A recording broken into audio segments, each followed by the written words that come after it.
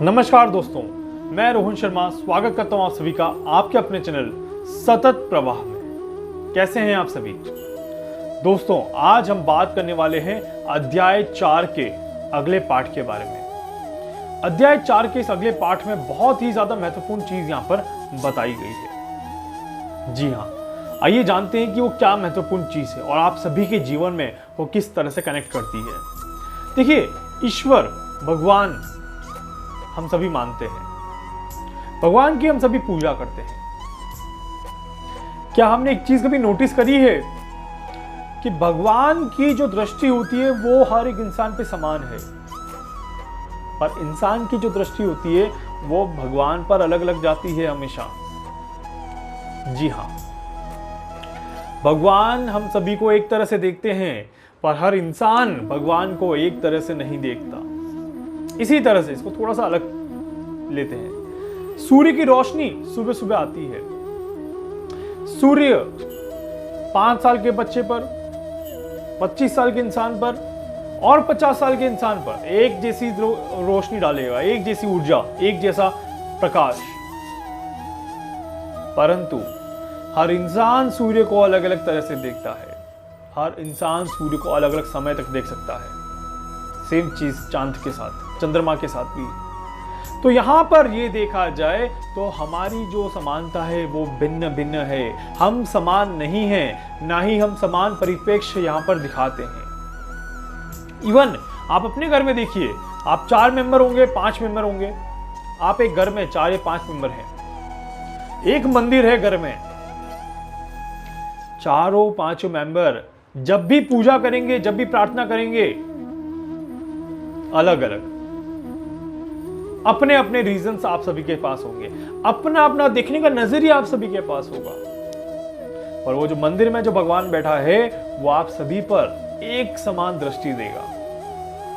ऐसा नहीं कि किसी एक को ज्यादा और किसी एक को कम देगा, ऐसा नहीं देगा। इसी तरह से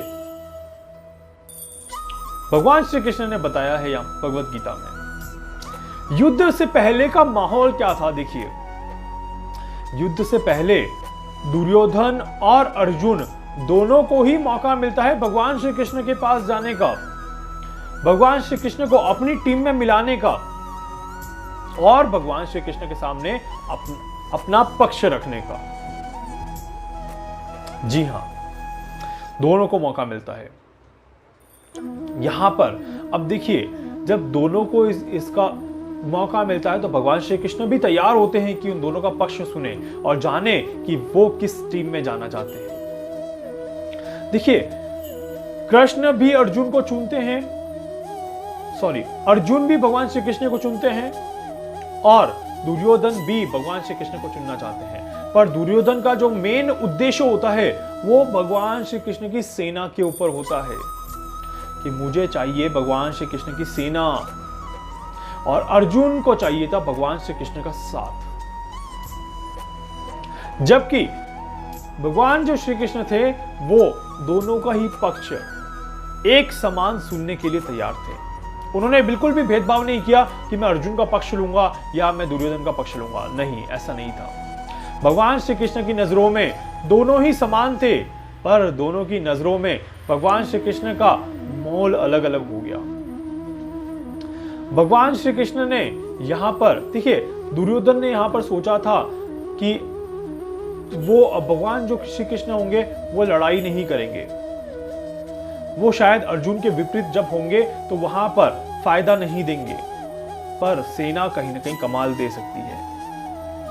जबकि अर्जुन चाहते थे कि भगवान श्री कृष्ण के भाग्य का साथ ही मिल जाए, उनका निर्देश ही मिल जाए, तो ही यहां पर मेरे लिए बहुत है। तो यहां पर देखिए कि दोनों ने अपने अपने जब विचार रखे थे तो भगवान श्री कृष्ण ने उन विचारों को अपने हिसाब से लिया। और भगवान श्री कृष्ण किसके पास गए और किस तरह से गए ये तो हम सभी को भी पता है।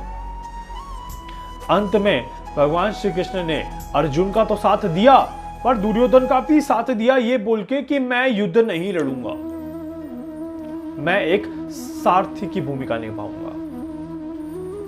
जी हां, मैं युद्ध नहीं लड़ूंगा, मैं एक सारथी की भूमिका निभाऊंगा। तो मैं आप दोनों में से किसी की भी टीम में युद्ध के लिए नहीं जाऊंगा, मैं युद्ध नहीं लड़ना चाहता।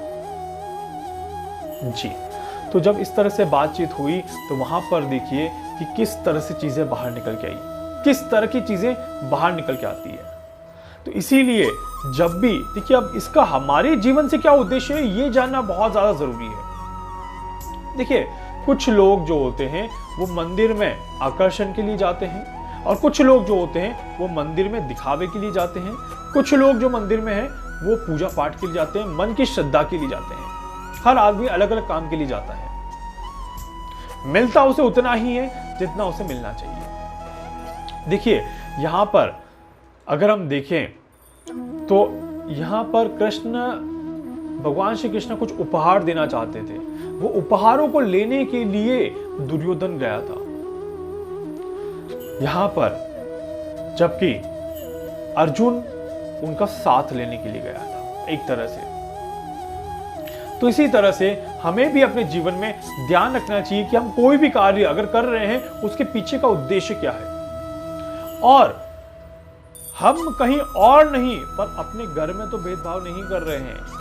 काफी बार ऐसा होता है, देखिए घर में 2 बच्चे हैं, 3 बच्चे हैं, माता पिता जाने अनजाने समानता नहीं रख पाते, तो फिर ऐसी चीजें निकल के आ जाती हैं।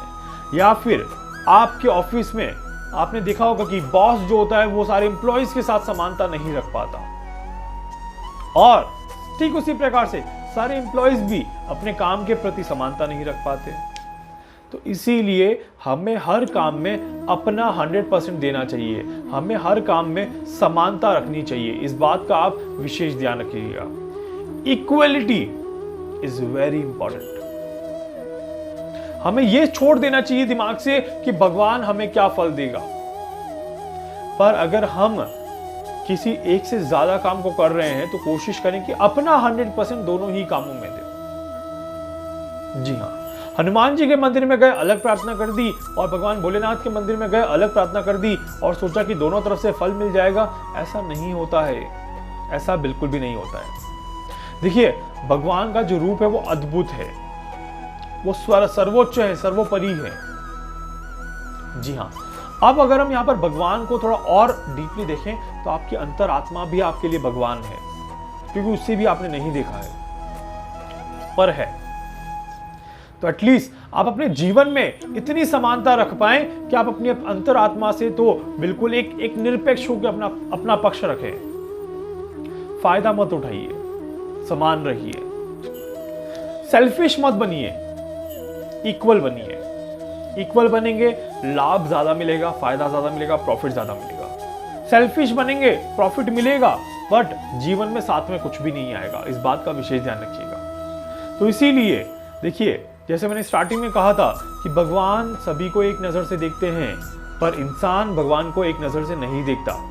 तो इसीलिए अगर हम भी सभी को एक नजर से देखना शुरू कर दें तो शायद ये सृष्टि और भी ज्यादा अच्छी हो जाएगी, शायद हमारा जीवन और भी ज्यादा अच्छा हो जाएगा, और हम अपने जीवन में और भी ज्यादा आगे बढ़ पाएंगे। उम्मीद करता हूं ये वीडियो आपको अच्छा लगेगा, और इस वीडियो को आप लाइक करेंगे, शेयर करेंगे, सब्सक्राइब करेंगे, ज्यादा से ज्यादा लोगों तक पहुंचाएंगे, ताकि ज्यादा से ज्यादा लोग इस वीडियो को देख पाएं और इस चैनल के साथ जुड़ पाएं। इसके अलावा अगर आप मुझसे कुछ पूछना चाहते हैं, कुछ जानना चाहते हैं, अपनी कुंडली का एनालिसिस करवाना चाहते हैं, आप मुझसे संपर्क कर सकते हैं। मैं पूरी कोशिश करूंगा आपकी हर संभव मदद यहाँ पर कर सकूं। धन्यवाद।